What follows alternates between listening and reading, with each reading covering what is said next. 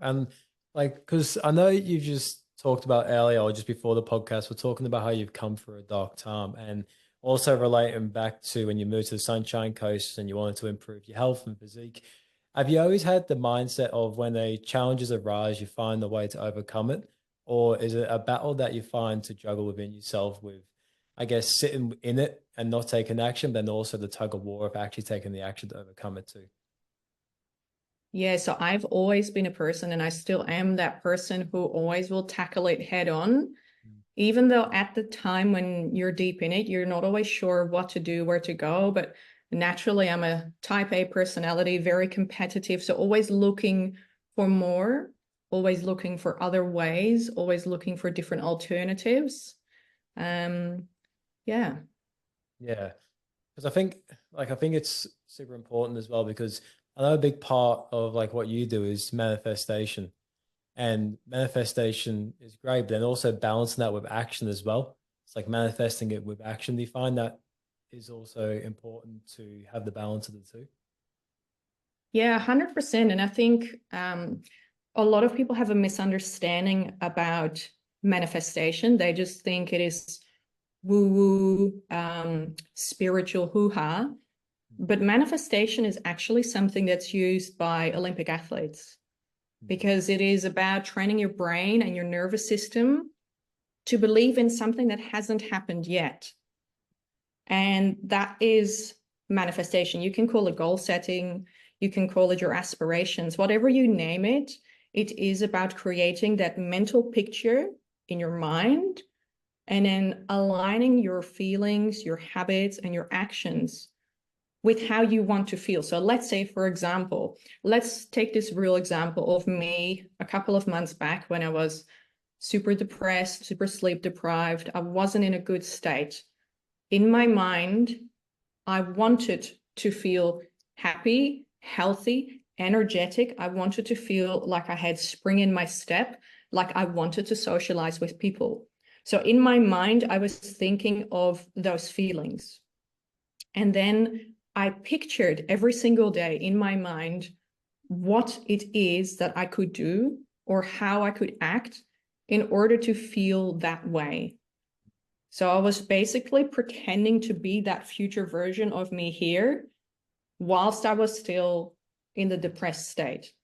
And for people that have experienced depression or episodes of depression, it is so extremely hard to snap out of that depressed state to even think about something else. Because when you're in the deepest, darkest stuff, it is so hard. Like I always refer to it as the spiral of negative and positive energy. And it is so hard to get out of that negative spiral. But using that manifestation helped me to climb out of that negativity in order to attract the things, the actions, the life, and the lifestyle that I wanted to live and am now living. Mm.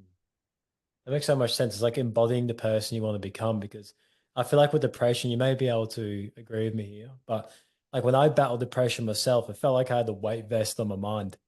And that and the one thing I've really had to do to help with that weight vest feeling on my mind was to try and find ways to condition and strengthen it to overcome and to build like resilience because I feel like you still may get like depressive feelings come back when you do overcome a depression.